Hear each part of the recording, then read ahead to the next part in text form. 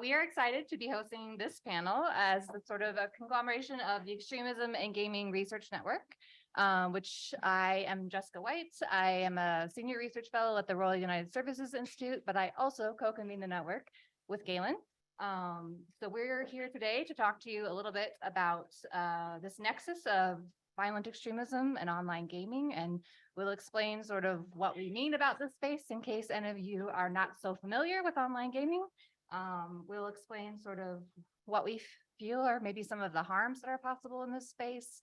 We'll have some good conversation about socialization in these spaces and about what can be done sort of to help moderate and reduce harms, hopefully, in these spaces.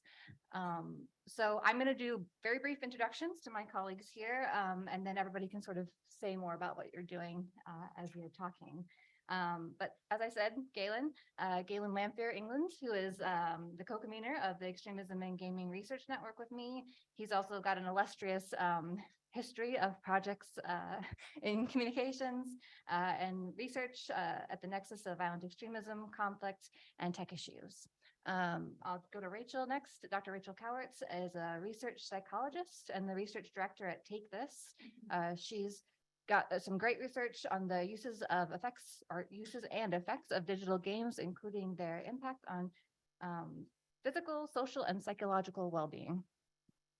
Charley Gleeson is an open source intelligence analyst at Tech Against Terrorism. They're the OSINT lead for Tech Against Terrorism's mentorship program, which provides regular bespoke threat assessments and intelligence reports to a range of tech platforms. And we have Dr. Ashton Kingdon online, right? Yeah, okay. Hi, Ashton. We can't see you, but hello. And Ashton is a lecturer. I'm so sorry I can't be there. So annoying, but I've literally just got back from a work research away trip, but I'm so sorry I can't be with you in person, but I am here in love and spirit. In spirit. You have a chair here where it's reserved for your spirits. Okay. So Ashton is a lecturer in criminology at the University of Southampton, and her work is interdisciplinary, combining criminology, history, and computer science to examine the ways in which extremists utilize technology and imagery for recruitment and radicalization.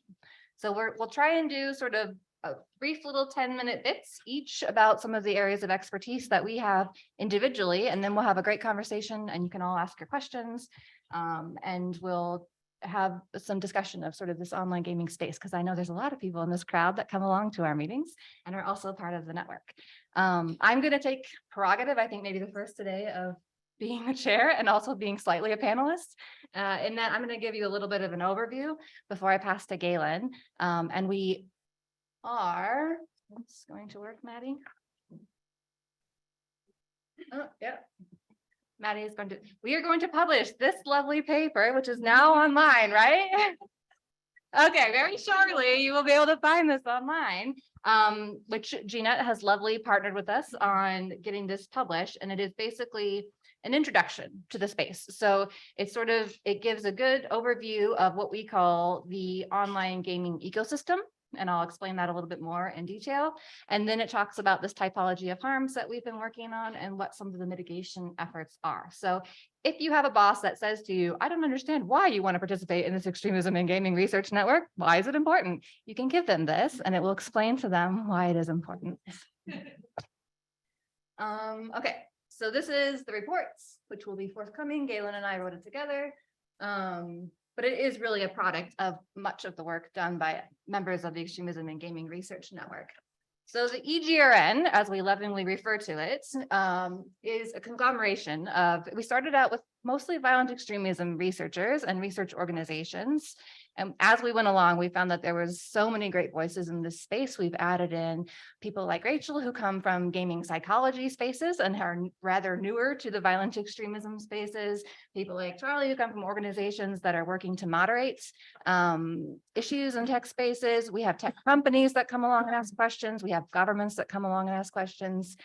So we have a really good mix of people now who are part of the network. And we have projects that are going on as sort of products of the network, as well as a lot of our membership are doing their own projects on gaming.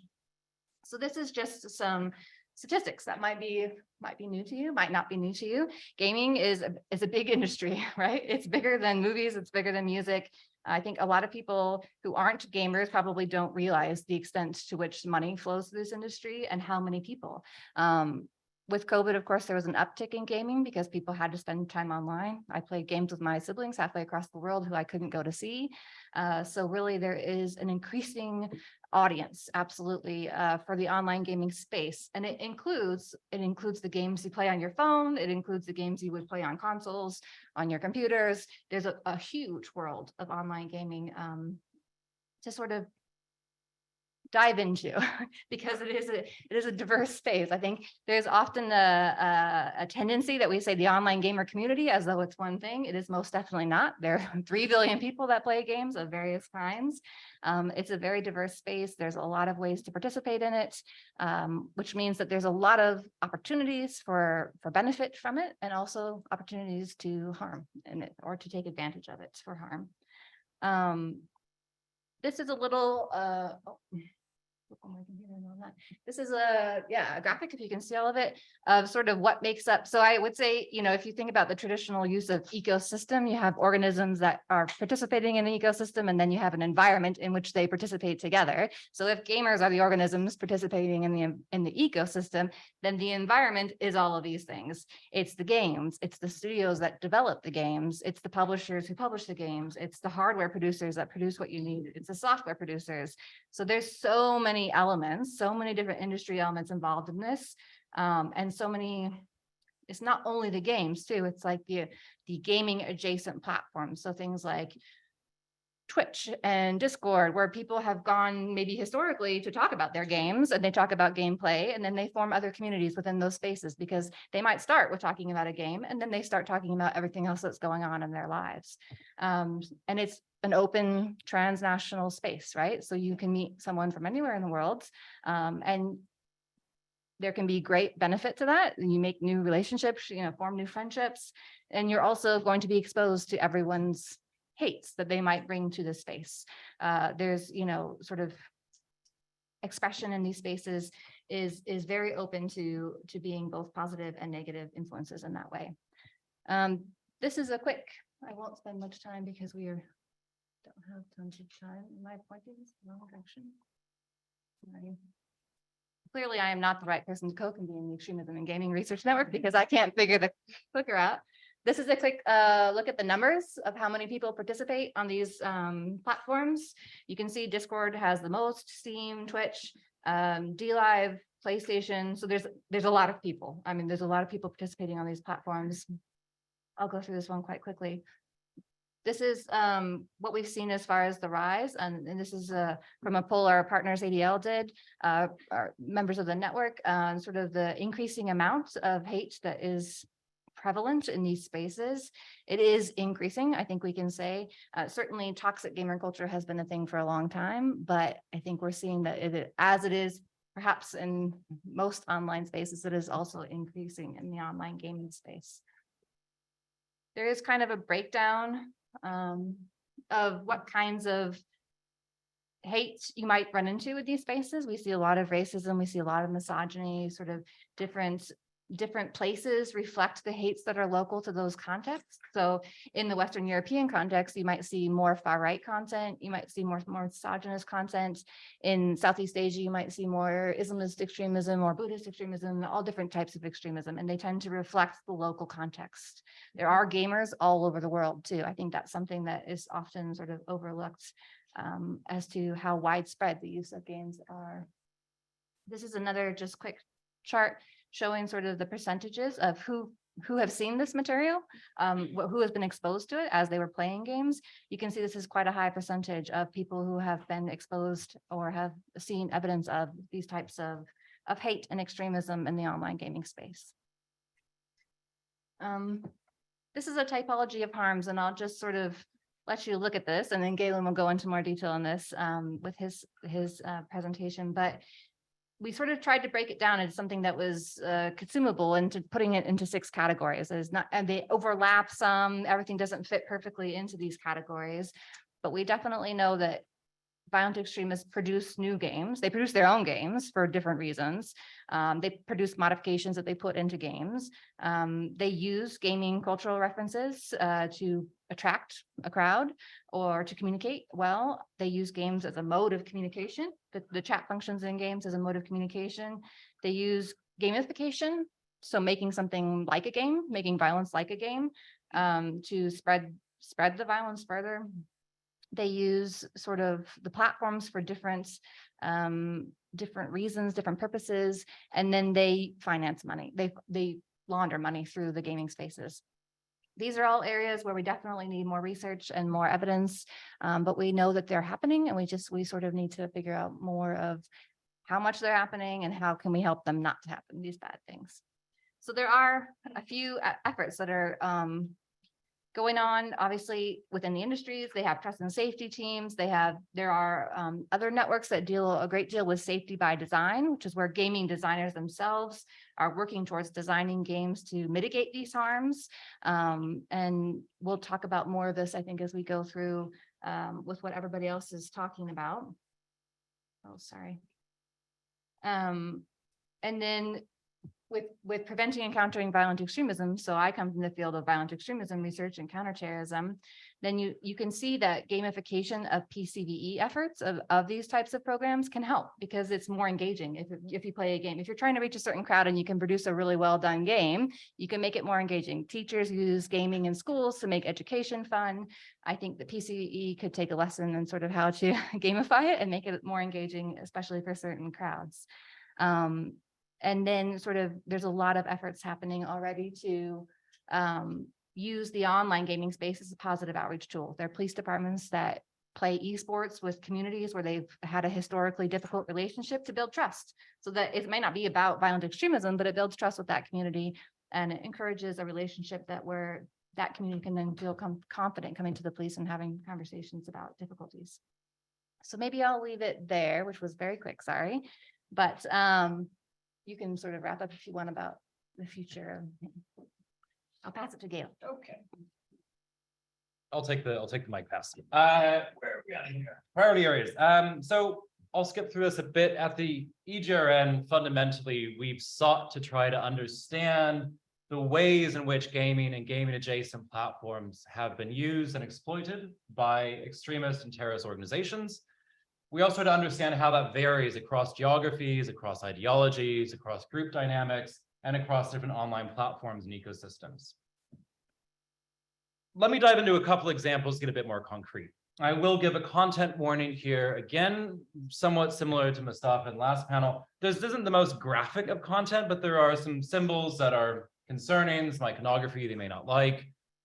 If you don't want to watch those, please don't.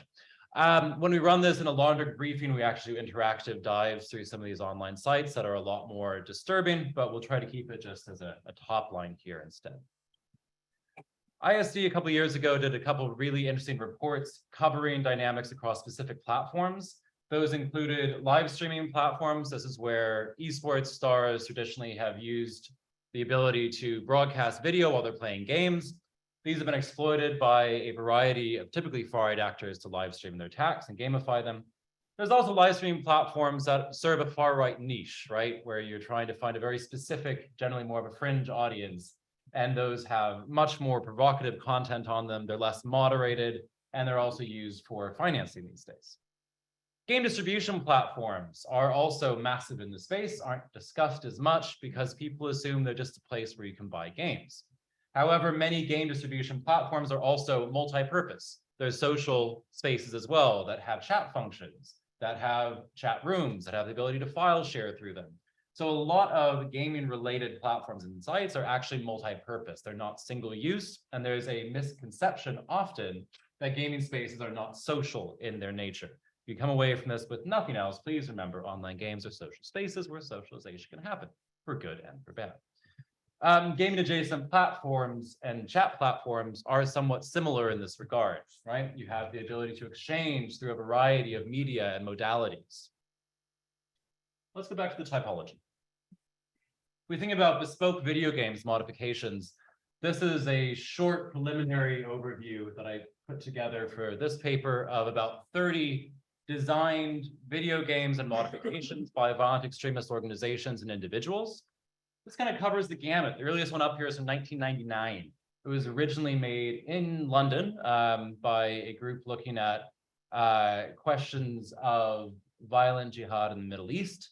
Not very long after that, some white supremacists picked this up in the US and decided to make a version of the Columbine school shooting. They survived the Columbine school shooters. This was the original model of the Columbine school shooting made in Doom. WAD is an extension for Doom. That's kind of continued. This kicked things off in 1999. Ever since, we've seen a variety. It kind of spans the gamut from things that are a little bit more on the soft side to things that are exceptionally graphic and pretty awful. The interesting thing here is that generally as a network, we're not too concerned about the harms from bespoke games, right? If you're seeking out a game that's made by a violent extremist or terrorist organization, you probably already buy the ideas that that group was selling, right? We're more interested in the social aspects and the propagandistic aspects. But regardless, it bears keeping in mind that these games are useful for audience retention. They're good for keeping people engaged with your group. They're good for helping to gamify particular types of ideological teachings as well.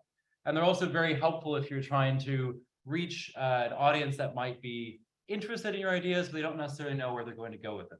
Games are narrative devices. They're good to tell stories with. And if you're a good storyteller and you're a good game designer, they're really good ways to hook people in. And if you're lousy at it, well, then they're not very engaging at all. Some of these are well-designed games, some are not. Hezbollah has released a few that have been particularly well-produced and well-designed. Others are pretty mediocre on this list. A few examples and a few screen grabs. These are not from this list for the most part. You also see modifications to existing games. The use of online sandbox environments, games like Roblox and Minecraft, where you can build your own online world and your own online games, are frequently misused. At the bottom corner, you can see a recreation of the Buffalo shooting in the top supermarket that was recreated in Roblox. Top left, you can see some pretty typical Nazi and Pepe the Frog iconography used in another online mod. Top right is a recreation of the Pulse nightclub shooting redone in Doom.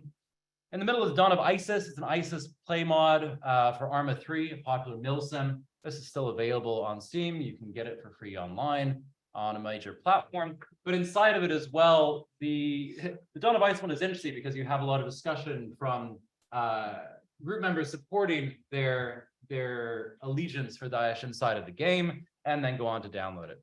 At the right-hand side is an image from one of Hezbollah's shooters. This was, I think, Holy Defense. That was released about 2 or 3 years ago now. That one you can also download and buy for free through their own websites. So that's one category of harm I like to look at. Another that our colleague Linda Schlegel has talked about ad nauseum, who we wonder if she was here, but she's not, so we're going to talk about it instead. Gamification for radicalization purposes occurs both bottom up and top down. Bottom up refers to individuals kind of taking on gamified elements. So game-like elements not being used in a game, but towards game-like purposes.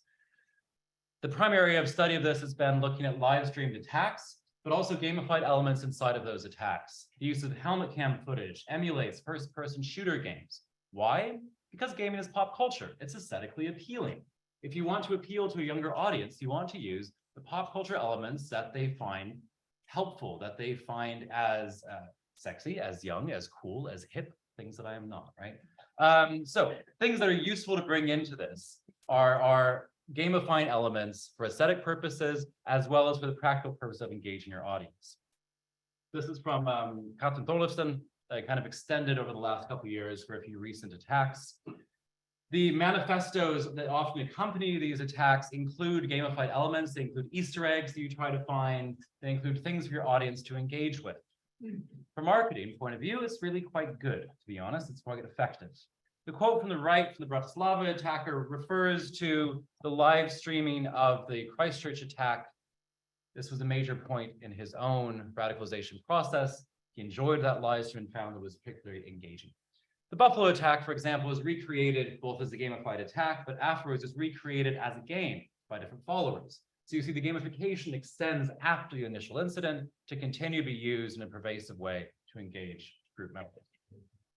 Top down is groups actually engaging in ranking, leaderboards, for example. This is a ranking of who's going to be called to blame for the Buffalo attack. This was off of a far right server that I pulled the screen grab off of. There's also rankings of different shooters, different perpetrators to see who's the best. This fits into the saintdom questions yesterday that I think Matt was discussing. You can find a lot of this kind of stuff pretty regularly. Okay, games for communication. These are screen grabs from Buffalo Attackers, Steam, Fortnite, and Roblox accounts. He was an avid gamer and also used online games for communication and outreach purposes. If you do an outlink or if you do a network analysis of the users who are attracted to far-right attackers, you can find some interesting ideological overlap and cross-contamination between users and gaming-based sites. Interesting point for future research. Other things that happen on gaming adjacent platforms. Probably a number of you are familiar with this board, the kind of more dark corner of Discord linked sites that kind of operate independently. They're being used for recruitment and militant purposes as well. These are links to several militant groups that are active across Discord. Originally started as a gamer-centered set of sites, and now they've expanded outwards to find all sorts of other communities, quite a number of which are white supremacist and far-right in nature. A few other quick notes on adjacent platforms that you have probably heard of if you're in this room, but places like DLive, which is powered by Library, Odyssey, which is also powered by its underlying blockchain technology, and Matrix, which is underlying architecture for Element, which is encrypted chat. Interesting things you can find. Odyssey, for example, it was quite popular with game clips for a while. The public-facing version of Odyssey is relatively cleaned up, but if you go into Library and try to find other content that is still searchable in Odyssey, you can find charming things like the Buffalo mass shooter research by Charley 64, which is about as dismal as you might think it would be.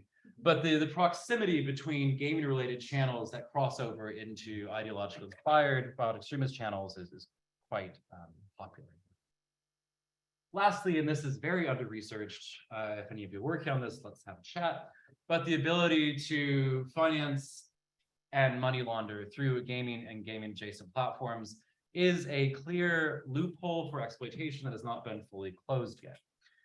FATF, the Financial Action Task Force, has talked about this a bit, yet there are no binding regulations or speculation really at a national level or at a transnational level on how to close some of these loopholes.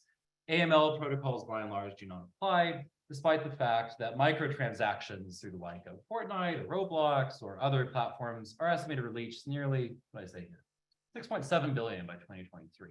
That's a lot of financial flows. And you can actually convert in-game currencies, even though they're not meant to be fiat currencies. You can readily convert them to crypto for a very low cost. It's actually a very efficient way if you want to transact and launder money. So if you're interested in money laundering, it's a nice way to get it. Low barrier to entry. Also be a gamer. If you're interested in money laundering, you should be a gamer. That's the more story. Is it? I don't think it's not.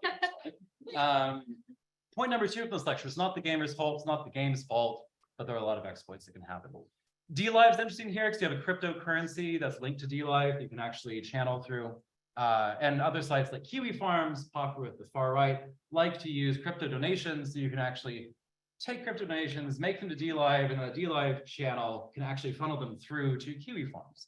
If any of you are doing token analysis, that would be a really fun chain to follow. If any of you like to do wallet or coin tracing, that would be a really fun one to look at. I'll touch on why very briefly. Rachel, you have way more things to say on why than I could ever do. I know you do as well, Charlie. But a few quick points. Broadly, we can think of this as being either strategic or organic in nature. Strategic refers to the desire of groups to explicitly use gaming and gaming adjacent platforms and communities in a way that has a strategic framework around that. That could be to reach a very wide audience. Lots of people play games. Good to reach younger demographics, even though gamers are diverse and largely older. There's also pop cultural appeal, which I mentioned a minute ago. Private communication, often. There's pretty easy ways to reach individual users. Less moderation than a lot of other sites. And the latent misogynistic, racist, and other forms of toxic content that have been present in gamer communities for a long time form a fertile ground for recruiters and manipulation of other forms. Organic use, simply the fact that across billions of gamers, you're going to find some not so savory individuals. People also look for community. You try to find people who are like-minded and socialize together. And there's also questions around imagined community and invented social space. and also around how identity, gamer identity, particularly gamer identity fusion, can really play out. But that's your work. So I will pass to you to carry on from there. So that's a bit of an overview. There's a lot more content, but that's a few minutes. There you go. That was a smooth transition. Thank you. So the next slide is an introduction slide. No, it's not that slide. Because no one told me not to have an introduction slide. So you're about to see a really big picture of my face on this screen. But it does serve more purposes than just seeing my pretty office, which you will. Is that I'm the research director of Take This, which is an organization that you may not have heard of because we work in mental health and games. We are the oldest mental health nonprofit that serves the gaming industry and gaming community with the primary remit of destigmatizing mental health challenges and providing support. So that last panel was excellent and right up my alley. Also, my career before ending up in this room was primarily talking about the good things that games bring to our lives, kind of fighting against the moral panic that games are all doom and gloom, because they are really great spaces for a lot of great reasons. However, what can be good can also be bad. And so I'm going to talk today a bit about gamer identity as a potential kind of socialization to violence and kind of on-ramp for radicalization and recruitment. So gamer cultures first developed in the late 1970s when arcades became popular and people were worried that weird things were happening there. And the people who huddled together in these dark rooms kind of formed a culture, a subculture around playing these games together. And you'll notice I'm saying gamer and not player because they are functionally different. A player is what you are when you are holding the controller. A gamer is your identity. It serves to form how you see yourself in the world. It positions you in the world in relation to other people. And the example I like to give is my mom plays Wordle almost religiously. She would never call herself a gamer ever, right? And I have 3 young kids and play rarely, but would call myself a gamer because I feel that it informs who I am and how I see myself and I position myself in the world. Now, identities are really important because they connect us to other people. They give us a sense of who we are. They kind of identify our group networks. But the thing about gamer identities is that they tend to be associated with this phrase called toxic gamer culture. I don't know if you're familiar with that phrase, but it gets said so often in game studies. It's almost just like, oh yeah, like toxic gamer culture. But it has come to define these spaces. So this is a quote from Brianna Wu in a Washington Post op-ed. She was one of the people that suffered greatly at the hands of Gamergate in 2014. And this is just a little bit of a longer quote, which says, the gaming world is thronged by misogynists and racists who feel free to advocate harm against anybody who is not like them. And what she's referring to is kind of this normalization of hate and harassment in games, which can be quantified and is. And it is normalized. So this comes from a paper a couple years ago where we looked at the prevalence of what I called dark participation in games. And these were the 3 most extreme kind of forms that we measured: sexual harassment, hate speech, and violent threats. So blue is labeled as experience, which means they were a direct target of this behavior. And orange is that they witnessed it. So you can see here that it is more the norm than the exception to witness it, certainly, and nearly to be a direct target. And I actually didn't include this slide because I'm moving house, so I made these slides in a hurry. But we just did a recent follow-up study looking at the presence of extremist sentiment specifically, and misogyny was number 1. Racism, those were both 75%, so 3 out of 4 people witnessed it. White nationalism was 60%, which someone who studies this found that to be shockingly high. Anti-government was 30%, and Islamism was 25%. So very prevalent to witness even the most extreme kind of ideologies and sentiments being shared in this space. Also, this toxic behavior, I want to say, is directly linked to extremism in more ways than one. So this is a research study that found that people who engage in these kinds of behaviors online were found to be more easily persuaded by propaganda, which kind of makes sense. You know, if you allow hate in one space, you know, you're allowing hate in all spaces, and you are who you hang out with. And the example I like to give is my mom said, don't hang out with the kids who smoke cigarettes behind the gym because you will then, it happened, but I'm okay. But it's the same thing. It's the same thing. Just to point to the normalization of hate in another way. So this is a research study I did last year in collaboration with GamerSafer, Middlebury, and the ADL. We looked at 1.2 million chat messages on private Minecraft servers, and we found a normalization of extreme language. So language that just a year before was only found on the darkest corners of 4chan were being used in a very casual way across these servers. And what's also really interesting is that the hateful language was more likely to be in a public space, and the over-sexualized language was still in private spaces, which again points to this idea that it's just like part and parcel with the culture. It's just kind of normalized in these spaces. Which takes me to identity fusion. So identities tend to be kind of separate. You see this picture here, like you have yourself and you have your group identity. And when you trigger one, you're kind of not triggering the other. If I talk about Rachel as a gamer, I'm not really talking about Rachel as myself. They're kind of separate. But identity fusion is a phenomenon when your social identity and your personal identity fuse. And the best example I can give is military identity. So my dad was a Marine, once a Marine, always a Marine. There's like literally no way of extrapolating like where he is as an individual or where the identity as a Marine takes place. So identity fusion work has focused mostly on military groups and nationalist groups. And there's two really interesting things about fusion. One is that it tends to happen when the group has shared values and has shared experiences, particularly if they're stressful or challenging experiences. And the other thing is that when your identity is fused, you're more likely to self-sacrifice for your group. So even if it means something really awful is going to happen to you, you'll do it if it means your group survives or your group thrives. So I thought, well, shared stressful experiences and shared values and norms and culture sounds a lot like what happens in games, because what's games if not a series of shared trust building exercises? If I'm playing with Galen and I don't know him, but he helps me reach my goal, like I like him immediately, right? Shared experiences. I can trust you. That also means my identity can fuse with the gamer culture. And what we found is fusion happens among gamers, and of those who are fused, the characteristics it's associated with reflects toxic gamer culture. And I just want to say, it says alt-right up there. It should say white nationalism, because the question was literally, do you espouse the values associated with white nationalism? And yes, people said yes, which is shocking. But we found people who showed fusion showed higher rates of Machiavellianism, which is a personality trait associated with being cynical and deceitful, recent aggressive behaviors, narcissism, psychopathy is measured as a lack of empathy, sexism, racism, and endorsement of white nationalism. It was across age, it was across gender. It didn't have anything to do with the amount of years they spent gaming, like how long they'd been in the gaming space, but it was associated with play time, which we hypothesize more reflects spending time in the culture and being in these cultural and social environments than necessarily engaging, in the actual space. And we did also look at it across gaming groups. We did a follow-up and we looked at Call of Duty versus Minecraft. Now, my working hypothesis was that Call of Duty is known to have a higher rates of toxicity as a social environment than Minecraft is. And so I thought, okay, well, if it's the culture driving this, let's look at two different cultures. So what we did find is fusion among Call of Duty players reflected that, and fusion among Minecraft players to a lesser degree. But then someone was like, well, Call of Duty is quite political, Rachel. Like it might also have to do with the content and the fact that it's a first-person shooter, which fair, it might. So we need more research to kind of figure out the content versus the social kind of elements at play. We do know that content is important, just as Galen was talking about. I think that there's a discussion to have about content kind of reinforcing ethnocentric ideas and being used in specific strategic ways. But the real takeaway is that I call digital games as cultural assets of influence.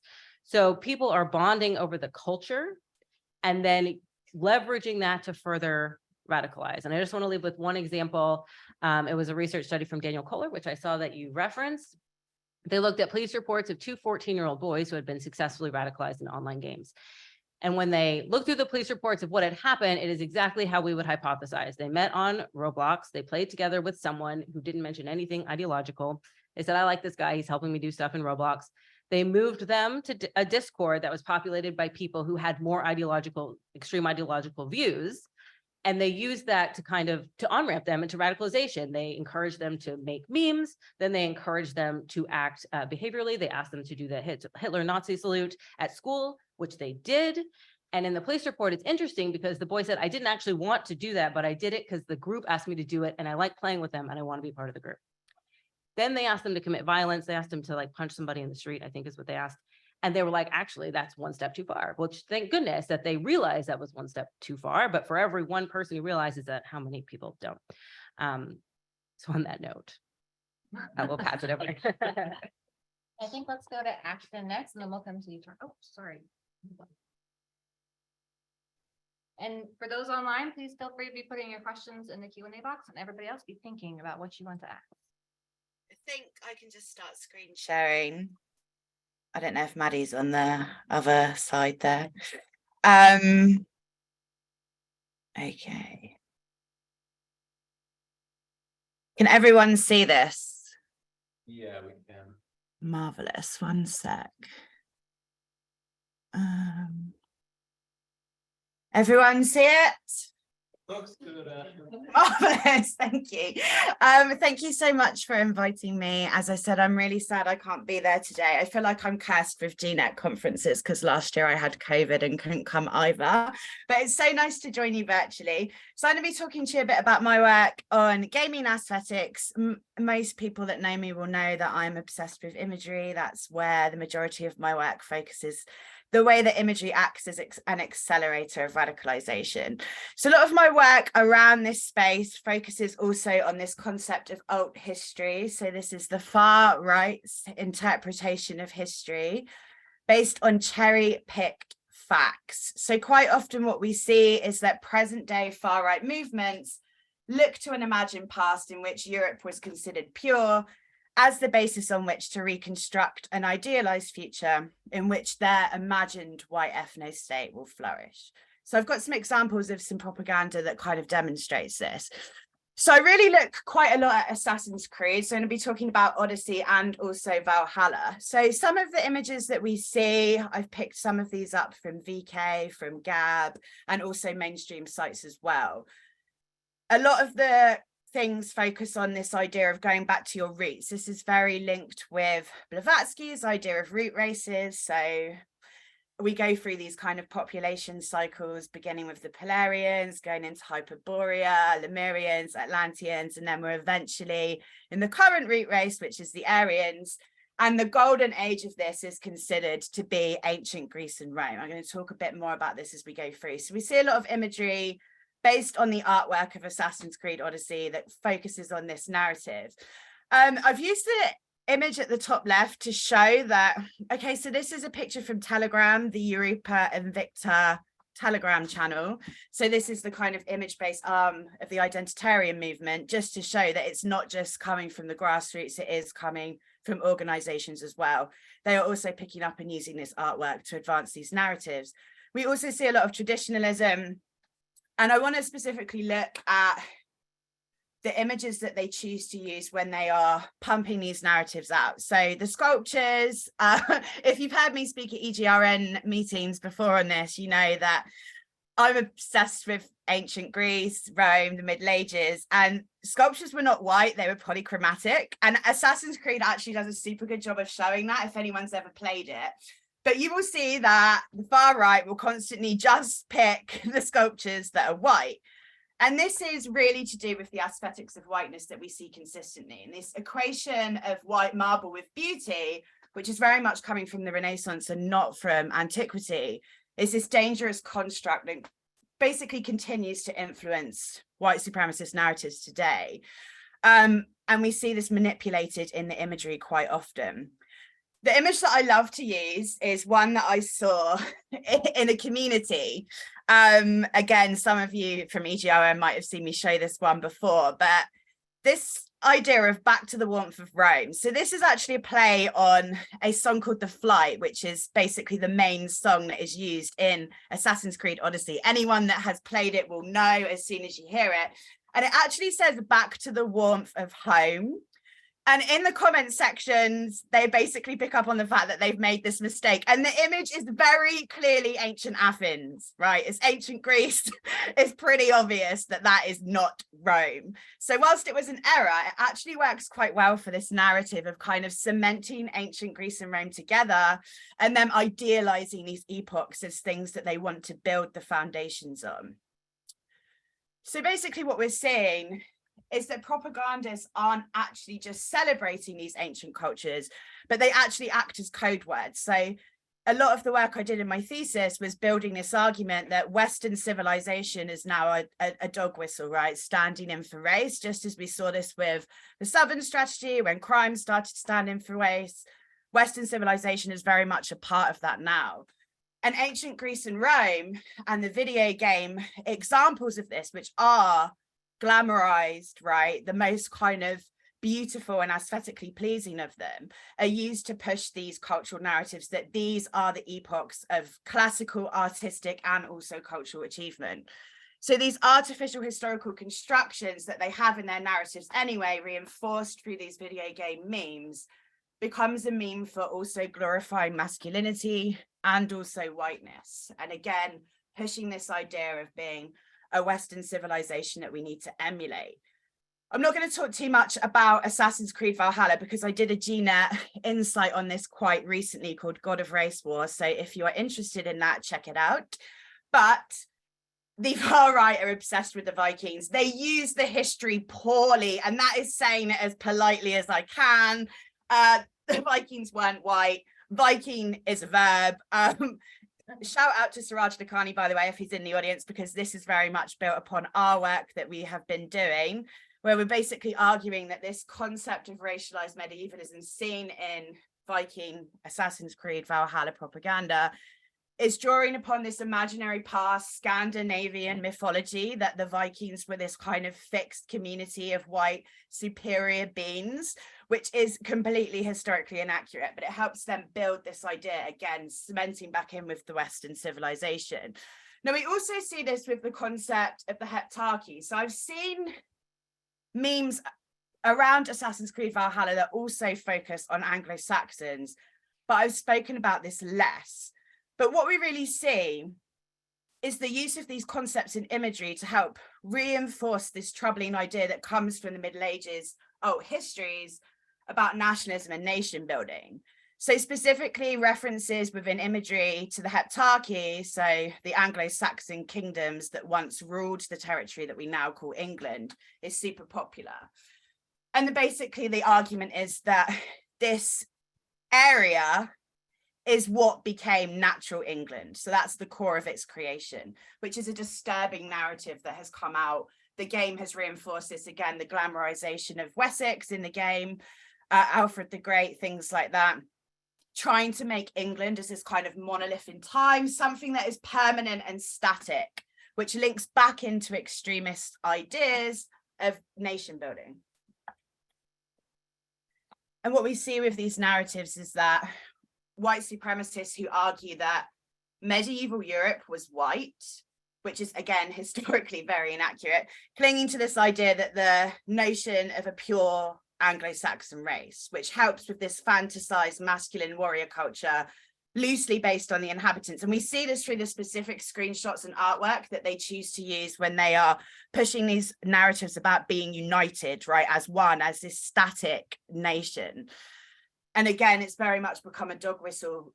A lot of this comes up as not being flagged as hate speech, for example, in technologically focused content takedowns. And it's used to justify racial and religious violence and also advocate this idealized past for this fantasized future again. So this is something I'm super interested in, this idea of there being this future ethno-state modeled on these past epochs. Going to quickly go over this as well, because I also have a chapter on this, but Far Cry 5, the aesthetics in this was super popular and controversial when it came out. I remember when I was looking at it, it was everywhere. I saw so many variations of the artwork being used by propagandists, picking up on the religious right, the ideas of the Eucharist, Leonardo da Vinci's Last Supper, Second Amendment rights, lots of references to the Bundys. And if you actually know the history of the game, you will know that the producers and developers did actually use the Bundy standoffs in 2014 and 2016 as kind of background information and inspiration for Eden's Gate, which is the cult, this Christian doomsday cult in Far Cry 5. Also, Joseph Seed was modeled very heavily off of David Koresh. So we see lots of overlaps with white separatist groups, but also anti-government extremists as well. And they all coalesce on these platforms like Gab, where it's this kind of melting pot of disparate groups coming together, particularly on the image-based forums. But basically what I want to use when I'm talking about this as an aesthetic is that video games are becoming so much more adept at interweaving fictional elements of popular culture with political activism. But no matter how escapist in design or their intent, video games are a byproduct and therefore reflect the political, social, and cultural frameworks from which they emerge, which is something that I argue. So just to wrap up then, I've got some key points. And this comes out of a lot of the work that I've been doing on aesthetics recently. But video games created by extremist groups, but also supporters of them that use the artwork, seek to spread ideologies, and they pose a unique challenge for us trying to prevent and combat this, particularly when it's coalescing online. And then not just reflections of historical periods that they are seeking to recreate, as we see in Assassin's Creed, in the various epochs that they have, but they're also products of the time in which they are created. So an examination of the historical and subcultural elements that we see within particularly video game related memes, which is what I look at, provide a crucial opportunity for us to analyze how ideologies become intertwined with cultural representations. And it also demonstrates the increasing importance of using visual analysis in extremism research. It's difficult for us to think about the ways that video games are such effective propaganda without considering the role played by aesthetics. Often this gets sidelined as the focus becomes on the subcultural elements. But gaming aesthetics revoke the modern boundaries between how we see things, how we experience them, and how we express emotion, and how this highlights contemporary culture and these disparate objects, whether it be a meme, whether it be a video, are instantly available and become part of mass consumption, which again is something I'm interested in. And propagandists borrow aesthetics from video games, and then they transform their purpose. So specifically to create this interactive medium, which was solely to entertain, and now it becomes a product of socialization, education, and the communication of ideas, opinion, and ideology. So I'm gonna leave it there. Thank you so much for listening. And again, apologies, I couldn't be there in person, and I will stop sharing my screen. So Charlie can. Thanks, Ashton. Thanks. Thank you. Yeah, my name's Charley. I'm an open source intelligence analyst at Tech Against Terrorism. So today I'm going to talk a little bit about some of Tech Against Terrorism's work. And I'm going to mostly focus on the gamification of live streams of attacks, but also some of the other kind of gaming trends that we see. I want to preface all of this by saying I'm not a gamer, so I'm kind of the odd one out here. You're not. But we're going with it anyway.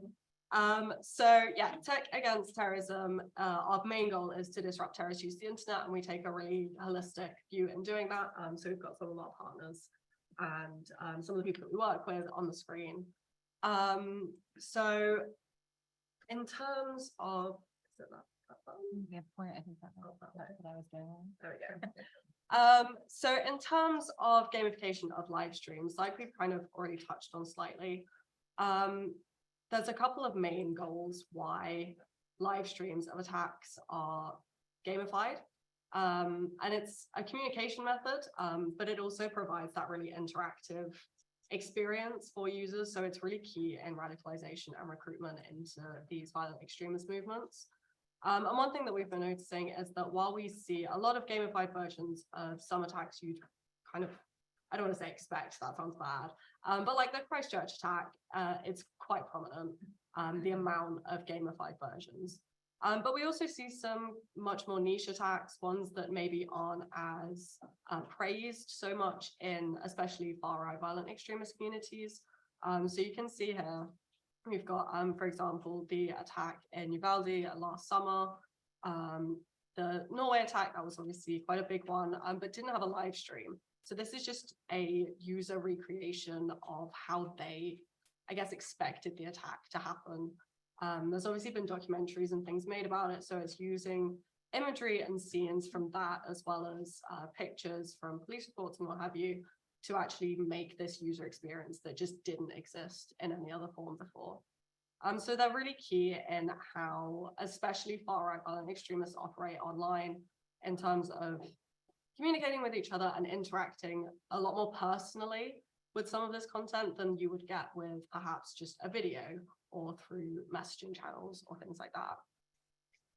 And then in terms of some of the other content that we see in gaming spaces, I use the term gaming adjacent spaces quite loosely. I know we've already said that the gaming world is a lot bigger than most people think. It's so wide and diverse that I think gaming adjacent is more prominent than non-gaming adjacent. So in a very loose sense, communication is really key. And here's some examples of just on the right, different servers and communication channels that have been used. The bottom one is from the Buffalo attacker, and it's about how he used 4chan and Discord and Twitch to spread the manifesto and the live stream. And then the top one is a really interesting server that we came across, which was, it fed into how they gamified live streams, the specific community, and they were basically taking requests for different attacks. So they had all of these channels dedicated to saying, oh, can you make a recreation of this specific attack for me? And then they'd share it. And they'd also like collaborate on different games for all these different attacks, which was quite an awful thing. But it really shows that kind of community-based functionality of these gaming platforms and gaming adjacent spaces in radicalization and recruitment. And then, like Galen's already touched on, fundraising is one thing that's just really overlooked in this space. So the top left example is, I don't know how many of you are familiar with the Telegram movement, but they were very prominent on Telegram and other messaging channels last year. And it was very, as an accelerationist movement that came out with a handful of videos and documents.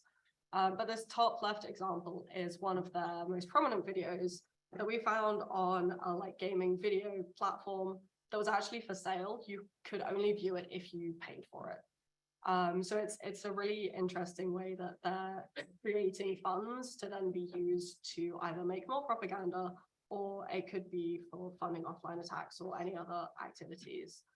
And then I just added in the bottom left here is a recreation of the January 6th insurrection. It wasn't one we expected to find, but that was shared in this gaming server where they were requesting specific games. So it just kind of shows that it's not just focused on the very specific far-right violent extremist attacks, but also the kind of wider far-right ecosystem and how that kind of all filters into this kind of one gamified space. And then gamification of live streams, one of the other key features aside from recruitment and radicalization and communication, one of the other key purposes that we found it useful is content moderation avoidance, especially on larger social media and video sharing platforms. So a lot of these big platforms are getting very adept at identifying harmful and terrorist content. So for example, if you try to upload a copy of the Christchurch live stream onto a large social media platform, chances are it's going to either not be able to be uploaded or get taken down relatively quickly. So what we're seeing is these networks are recreating it either directly in games or making other gamified versions to avoid that automated detection. So at the bottom right, this is a version that's created in like a sandbox environment. We've seen it crop up and very similar iterations of it quite a few times of the Christchurch live stream.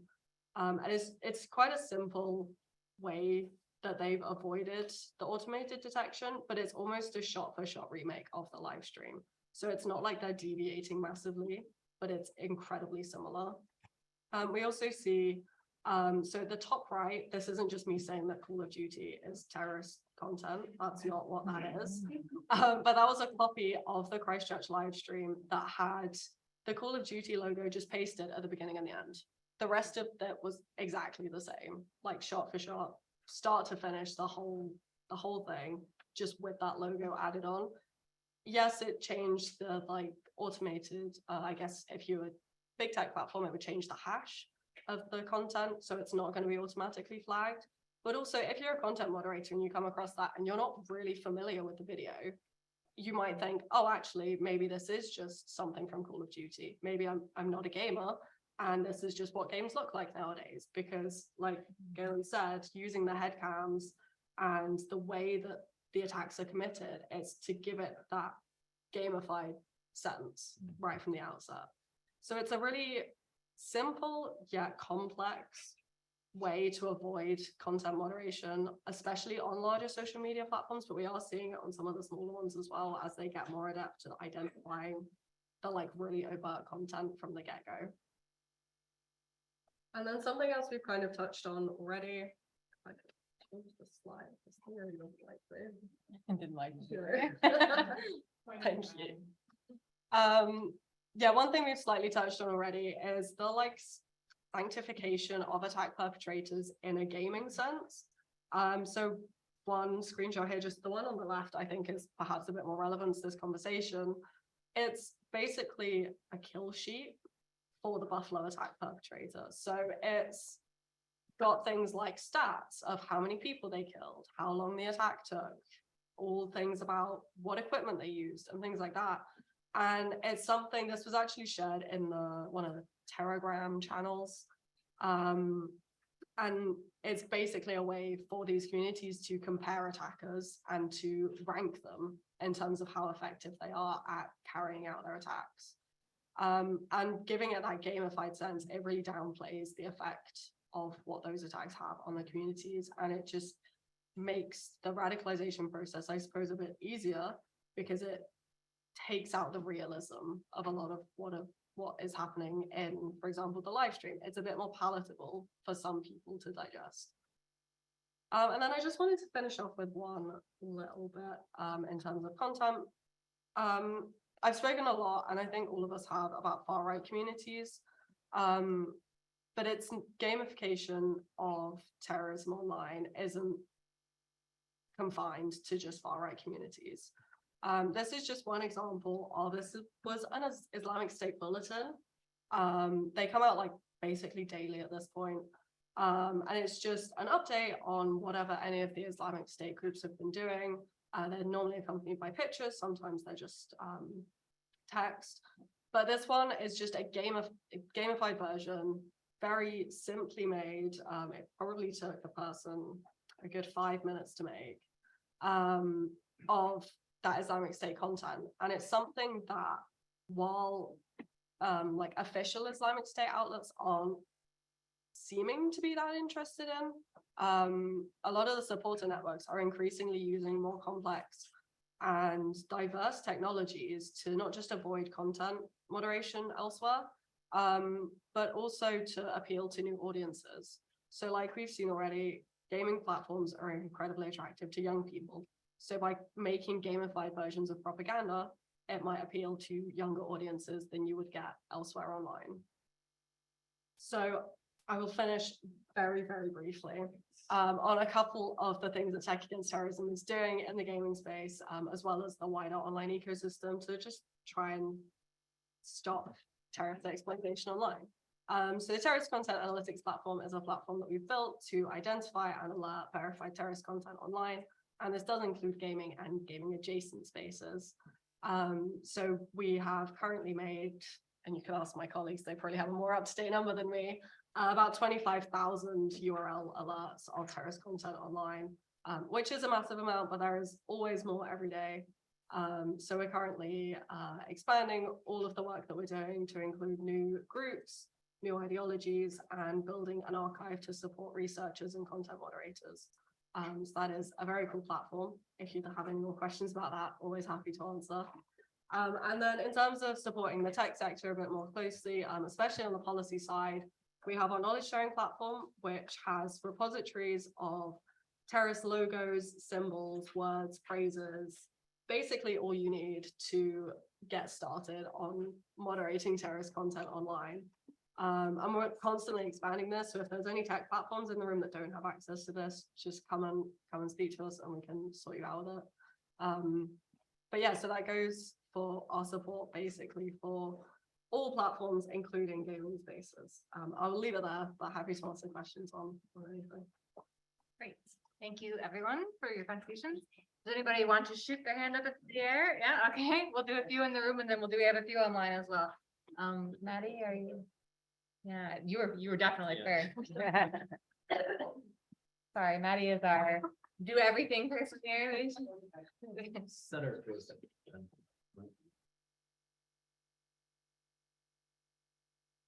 Hi. Okay, yeah, Hi, so Mohammed Sinan, I'm at the University of Edinburgh, but I've worked largely on security as well, on terrorism as well.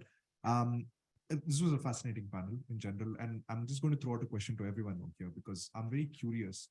Y'all were talking about, the communities that were participating in the gaming, right? And at some point you alluded to the idea of the money laundering that's within the industry.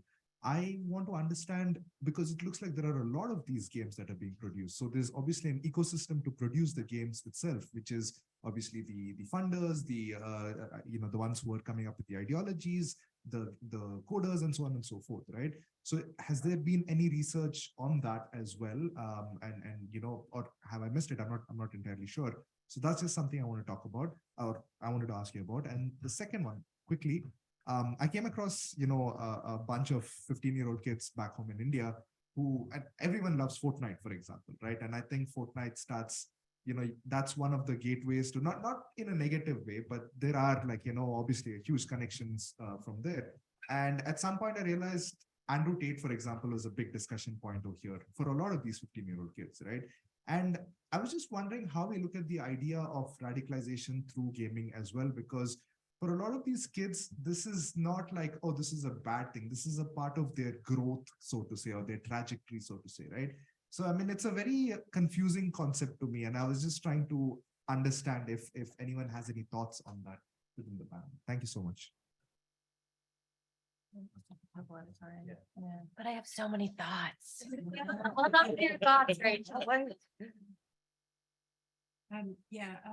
Given the digitization of crime and terrorism and the commoditization that goes with that, I'm just curious about what you think may be the influence of AI on terrorism online going forward. There was somebody, sorry. Whoever raised your hand on this side of the room. Oh, yeah. Sorry. Thank you. I'm Bjorn Eiler, the Glee Filer Institute in Glitterpill. I have 5 or 6 questions. So You're not allowed 5 or 6 questions. You can apologies. have 2 max. You pointed out that most gamers are in Asia Pacific. Yet very little of the research on extremism in gaming seems to focus on the region. Wondering what we can do to address that potential bias, and as global consortiums, we should maybe look at that, and also the Global South tying into that, because then it becomes one question is mobile gaming. We're very focused now on PC games. Most gaming is happening on mobile devices, and so is that something we should possibly direct more attention to, as also mobile games have more and more social features built into the games and the community surrounding them. The other thing that I wanted to ask in particular Rachel and Charlie about is games are AAA games on PCs are becoming more and more realistic. We're seeing amazing things coming out from a technical perspective from Unreal Engine and things like that, but looks entirely realistic. At some point, we're going to blur the lines entirely between actual mass shooter produced content versus games that are mass shootery. What is that going to do to the perception of reality versus non-reality in terms of identity building? And also from just a technical perspective, when it comes to things like the TCAP platform, this goes to Aaron as well, with the hash sharing database, how do we distinguish between continents and protocol level mass shooting videos versus things that are happening in games that look entirely realistic? Thank you. Okay. You don't get 10 minutes to I answer will every take 10 question. minutes to answer them all. No, I'm not. I'm put the bell on. Oh, no, God. Starting with your question about Fortnite and culture, that's exactly the point, is that it is part of the culture, and we see a normalization of hate, harassment, and extremist ideology in these spaces, which makes them normalized, which is a huge problem specifically within this culture. So I think that games are often treated in research spaces across sectors as still something frivolous and not important. And I think it's really important to understand the culture that's being normalized here. Like the boys in that example were told to go do the Hitler salute, and while they had never done that before, they're asking me to do it, and I want to be part of this group, and so I'm gonna go do it. So where do you draw the line? There's not a line. That's the really awful part. How people are making these games, I also want to touch on that. It's really easy to get access to like Unreal Engine and just make a game. So I think a lot of these, I won't steal Galen's thunder, but are made by like a dude in a house. And they're all, if you play them, it reads that way. Like it's not, maybe that. And then Bjorn had a question. I forgot it already, but you directed it towards me. Realism. Realism. Yes. Okay. So our brains are really good at differentiating between what's real and what's not, like generally speaking. So when we had all these debates about violent video games make you violent, which there is no evidence to suggest that just the consumption of a violent media will make you violent without any other input. It's because our brains can differentiate, like I'm experiencing something that's not real. As things become more real, obviously, those lines are going to start to become blurred. And we talk a lot too about like the metaverse situation, like what happens when you're actually like physically embodied in this space. And I had to talk with Suraj actually about this. What happens when you're physically embodied to do like a training of like recreating the Buffalo shooting, and in action, you're actually physically moving? Like, what is that going to do to the landscape of radicalization? And the answer is it's scary. It's scary. Yeah, that's two. I'll actually keep going on that one because I think it's one of the most interesting questions to wrestle with right now. Like, what is the continuity of harm when reality becomes, rather when simulations become precise emulations of reality? And I think that as simulations become far better, we will see that there isn't a division there anymore. I think David Chambers writes this really effectively, right? If we look at conceptualizations and philosophies of reality, that's what we're rapidly moving towards, is where there is no discernment. I think for our work, the maybe third point that I hope everyone came away with is that there isn't a line between the virtual and the real world for most players. It is the world, right? What happens online impacts what happens offline. And as that becomes more realistic, the potential for online harm or the depiction of violence and harm online to actually constitute a very real and psychological harm to an individual becomes higher. It's not perfect, but I think there's a very clear relationship there that we haven't really parsed yet. I had a very interesting conversation with some colleagues from a tech platform a few months ago about that as well, because there's a similar question for enforcement, right? So I think that's a really spot on thing, Pro. Question on Asia Pacific. Yes, the majority of gamers and gamer revenue is in the Asia Pacific region. Most research is not centered there. That is a huge deficit and what we're trying to bridge. There's a few colleagues working that in Singapore. There are recent cases of 2 individuals who were radicalized largely online in Singapore and built a lot of little mini Daesh games in Roblox. So it is an issue in the region as well, and one that we're aware of, and I think there's room for a lot of scope there. Primarily donors not interested in funding it, so that's a problem for the region. There's a lot of kind of latent bias as well, like, oh, it's not really a tech issue. There's other things. The streaming's here, mostly offline. You're like, that's insane. You're completely wrong. AI online, that's a very broad question, one we could talk about for a very long time. I think a lot of discussions around AI right now are centered around large language models and particularly around generative AI potential. The ability to use generative AI to rapidly retool terrorist propaganda, to simultaneously translate it and to make it more effective in terms of outreach is there. I think in terms of gaming design, we're not seeing any particularly well-designed generative AI pieces of games yet. I think we might in the future. The potential to use very well done deepfakes to instigate violent attacks or to pretend as though violent attacks have happened, like the pictures of Pentagon a couple days ago, managed to drop the US stock market just enough that if you were a short seller that day, you made a coin, so to speak. So I think there's an interesting moment there where like AI has the potential to do some pretty incredible things when it comes to manipulative techniques. But in the gaming space, we're not seeing too much use of that yet. That could change in the future. Funding, you covered already. Most of this is they're very easy to make. There are some, like Hezbollah, for example, hired a game studio to build this in Lebanon. So they hired an actual solid game studio. It's a much better produced game than most. You're Hezbollah, you have funding, right? You've got a lot of money coming in. So you can hire a game studio, build something a bit nicer. But a lot of the mods that we see, they're not. They're great. awful. They're really like bad. if you try to play them, they're broken, like they're awful. Yeah. There's a couple that are really, better, maybe most of them, Yeah. not so much. I think there's a wider point, if I can, sorry, I'm acting as a panelist here, too, but a wider point about the design, the gaming industry, like the whole huge conglomeration of actors in this space who are designing games and building the hardware and the software and this and that, is that gaming, the online gaming space is a reflection of society, right? There's 3 billion people participating in the space. It reflects back society. And it's the same problem that we have in the security space.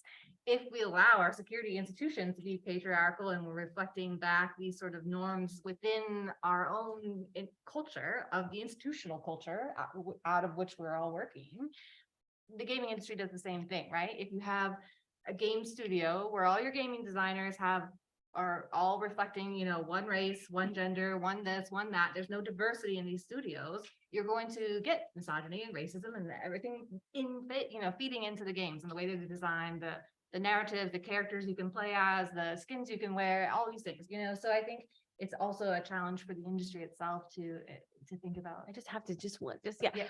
It reflects culture, but it also generates culture, which is that's your point exactly, Yeah. is that in the studio, this culture is generated. In wider society, this culture is, and then it's like churned inside of it. Yeah. Charlie, you want to go? I would love to, thank you. So on the AI point, I think it is a topic that we could have a whole conference on at this point. But I do think it's really important to not get weighed down on what's new, what's novel, and what's interesting right now. Because games as they are, especially, you know, terrorist and violent extremist games and gamified versions that they're using, what have you, they're already easy to create and they're already difficult to moderate. So taking that extra energy to use AI or whatever, what have you, at this point, it's not really necessary in the gaming space. I think, like Galen said, it's probably going to be used elsewhere for violent extremists online. And it is a concern that we're kind of trying to keep up to date with all the research and what have you on. But in the gaming space specifically, it's not really needed for terrorists at the moment because they're already very adept at creating these games that do fly under the radar quite a lot, that are also very good at fulfilling the need for recruitment and radicalization. Yeah, it's something to think about, but I think it's something maybe not to get too hung up on at this point, but to sleep with one eye open a little bit. And then on the question about realistic games, how do we tell the difference? I wish I had a good answer. The more complex a piece of content is, the more difficult it's going to be to automatically identify. And I think that is where human moderation has to come into play. The main goal of these games and gaming online, it's communication. We can't just look at one platform by itself and say, oh, you know, they haven't got a terrorism problem because we can't find any terrorists on their service.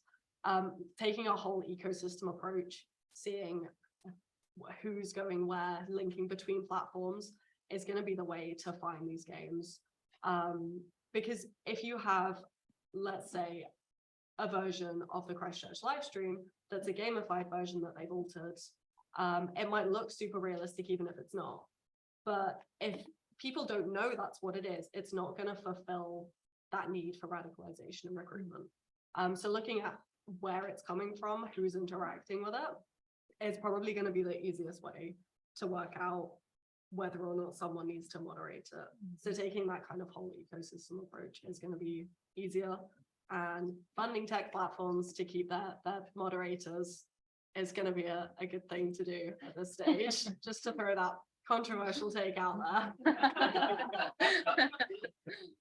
Okay, Ashton, we're gonna give you a chance, but I'm gonna do a couple of questions from the online because there's a couple directly. I to think, Ashton. yeah, I was going to say, I think they're mostly for me in the online, so I was just going to take those ones. Yeah, so if you want to think about, if you want to respond to anything that we've all just been talking about, but if you wanted to think about sort of whether you thought the propaganda you found qualifies as fascist, and then if it appeals to if it's historical archetypes from Greco-Roman Romanticism, is it intended to appeal to people from Latin countries, or does that appeal, geographically, globally, to people who maybe isn't reflecting their own race or their own identity markers? I think is sort of the heart of that question. There was also a question, let's come back to that one at the end. There's a question, Galen, maybe you want to respond to about finance and microtransactions. Do these include do the stats on those include money from the loot boxes that are becoming more mainstream in video games? And then I think, Charlie, for you, there was a question about any platforms or strategies. Have you found platforms or strategies that are exclusive to Islamist extremism? Even though we've been talking a lot about far-right extremism, but do you find that there are ones specific to Islamist extremism as well? Let's do those and then we can come back. Ashton? Yeah, thank you. So to answer the question, I don't know if anyone from ARC's there actually, but there was a question about palingenetic ultranationalism. I don't know if that session was recorded that we did, but if so, if you reach out to GNET, they'll give you that, and that will answer your question about fascism also. Ross's question about historical archetypes. So I don't generally collect data in relation to the actual users, so I can't answer it fully, but what I can tell you is that I'm focusing heavily at the moment on the alt histories surrounding medieval Russia, particularly through Alexander Nevsky, and that is a very heavily linked to a certain, I would say over 30s males. That's the main people that I've seen in there. Sorry, I'm just going, the questions have just moved. But yeah, sorry, to answer the back end of that question, the idea of nationalism specifically to countries is not something that you really see in these particular gaming related propaganda. It's more about these old fashioned historical epochs and sensationalized versions of them. To answer the question about Islamist extremists, I used to do a lot of work on Islamic State a few years ago, and I saw that they were much better at making machinima videos. I saw that really frequently, much better than the far right on that for sure, particularly like Armour 3, things like that. Jess, did you ask another question? I think you've got him. Yeah. Yeah, thank you. Yeah, thanks. Charlie? Yeah, can do. So yeah, in terms of, are there any platforms or strategies that are just used by Islamist extremists rather than the violent far right? My immediate response is no. I think it's very easy for us to separate the violent far right and violent Islamists online in terms of being almost two opposite ends of the spectrum. But really, a lot of the spaces that we're monitoring, both are active in, sometimes in different capacities, but I think a lot of the time there is a lot more overlap. And there's a couple of reasons for that, not just that they target platforms where the most people are active. You know, you go for the popular platforms where you have the most reach. But they're also targeting platforms that maybe don't have the capacity for good content moderation or have a reputation for not wanting to moderate specific content. So I think in terms of specific platforms and spaces, there is an awful lot of overlap. And while they may use them to different extents, typically, and especially the vast majority, like I'd say probably 95+% of the content that we're looking at is on the same platforms for both the violent far right and violent Islamists. Maybe picking up quickly on that one, I do think there's a difference in individual terrorist operated websites and the forums on those versus platforms. A lot of overlap, like individual websites and specific forums, like we'll see differences there, right? Yeah. On the micro transactions question, I believe that stat that I quoted does include loot boxes. Those of you in the room who are not familiar, loot boxes are basically a micro legalized form of gambling. You spend a certain amount of money and in exchange you get a black box in game that you open and you get things out of it. Skins, new guns, new materials, fun things that you get in the game. They're quite addictive. There's some questions in the New UK moment around public health, well-being concerns over the amount of money being spent on them because you're basically gambling to get new items out. So they're a bit controversial at the moment and a very, very lucrative way to make in-game item sales. But I believe that figure does include them. Do you have another question on that? No. Okay. Anybody else want to ask a question yet? Okay.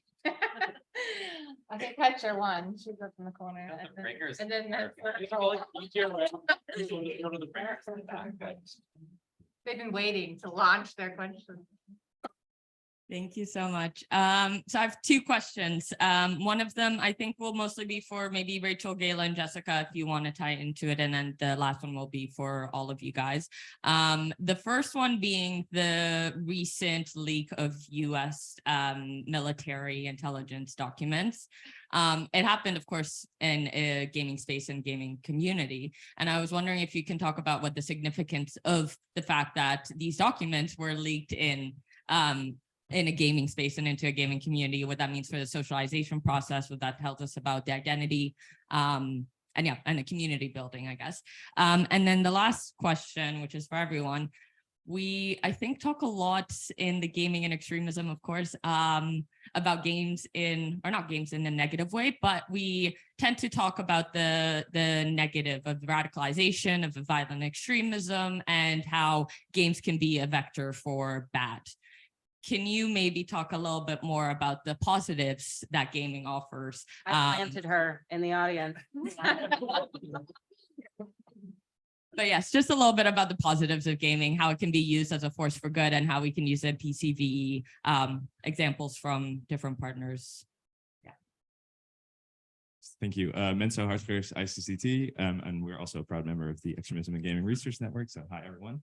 I wanted to lean in a little bit more on the cultural aspect. So it seems to me that in terms of mechanisms for radicalization, the toxic culture is really where we should be focusing our efforts on. I wanted to lead off with an example. So you have the Wolfenstein video game. It's a classic video game where you shoot Nazis and that's all you do, really. They made a remake, however, and like a few remakes over the last few years, and they introduced people of color as characters. Now, what happened is that the gaming or segments of the gaming community came out and said, well, you know, don't make this political, but it's a game where you shoot Nazis, so it's inherently political. So in terms of the culture, what I wanted to ask is, beyond just what you also mentioned about it should be a gaming industry effort, we should introduce more representation. We do see where we do introduce this kind of representation and diversity, we still get a lot of pushback from the gaming community. So the question is, I guess, like, are there other ways in which we can change the culture, especially a culture that's so resilient to this kind of change?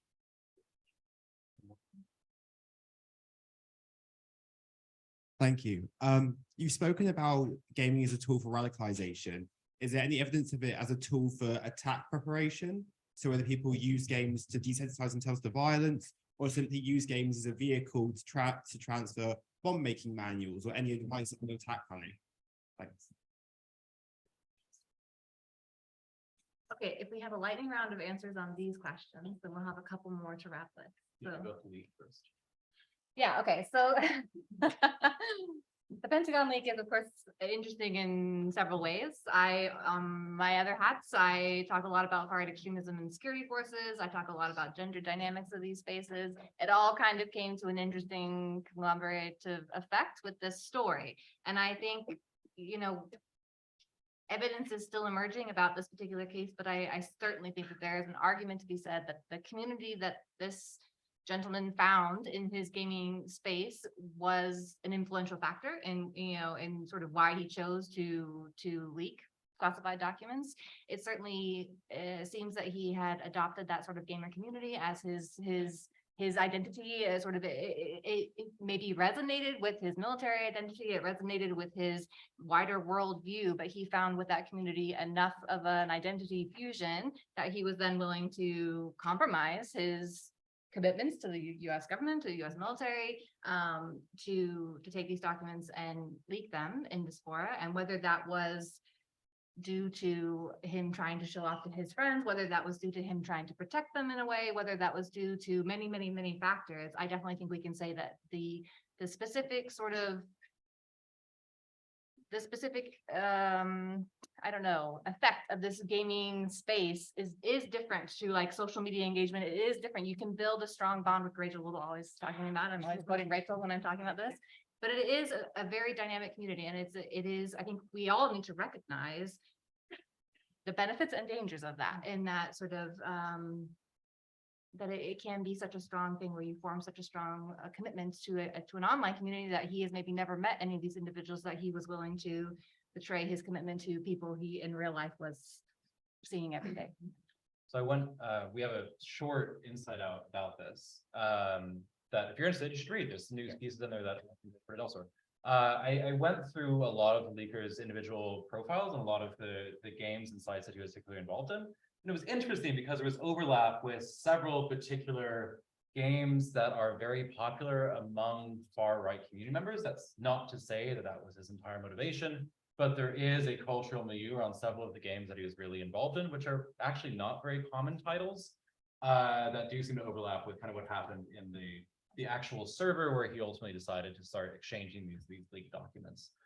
So I do think there's kind of some interesting points there that we plan to dig into more. Very briefly on the question of use of games as attack and strategic planning. The short answer is yes, they have been in the past. We've seen games designed to model out shootings before they take place.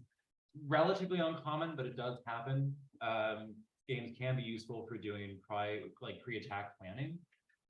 Also for armor kitting and loadouts. So if you're looking at the actual weapons that are used, mil sims like Arma 3 are very popular. For a couple attacks we've looked at because the actual recreation of the armaments inside them are very, very accurate. So one of the reasons why you've all seen military leaks around Arma 3 or around War Thunder is that the actual depictions in the game are extremely realistic, right? So you're trying to actually make a more realistic emulation of what you know from your own life. That's helpful for attack planning. That's also helpful if you're just trying to nail the simulation of the game. So that kind of blurs lines there.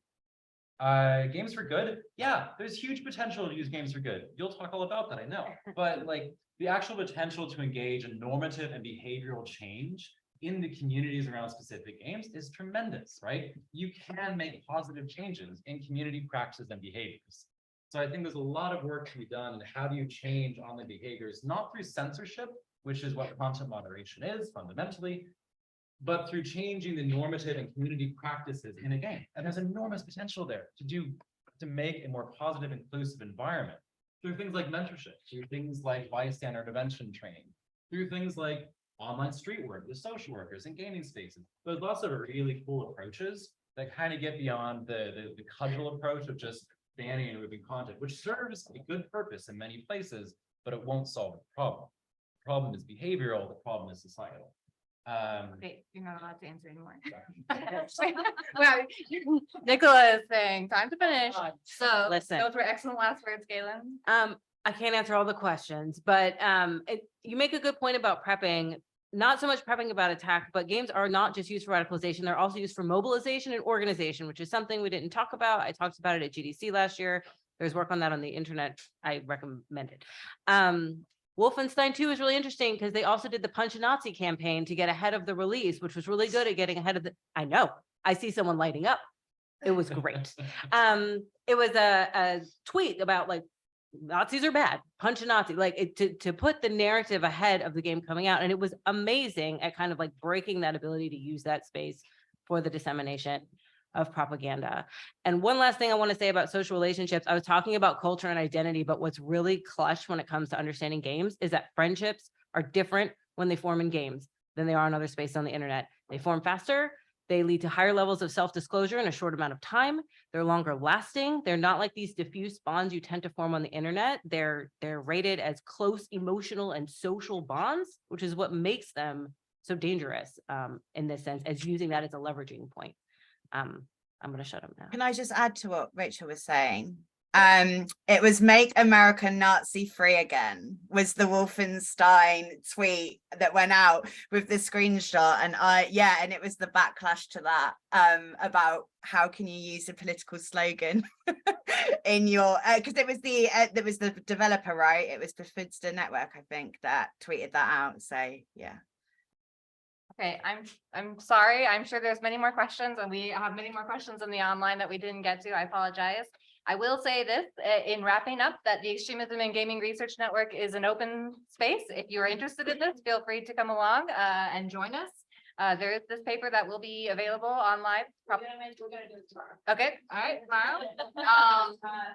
Yeah, so there's some good questions here about governments and what do we say for parents and teachers, and I think we're working on a lot of this. So if it's something that you haven't gotten answered today, then come along to the meetings and we will be happy to talk about it.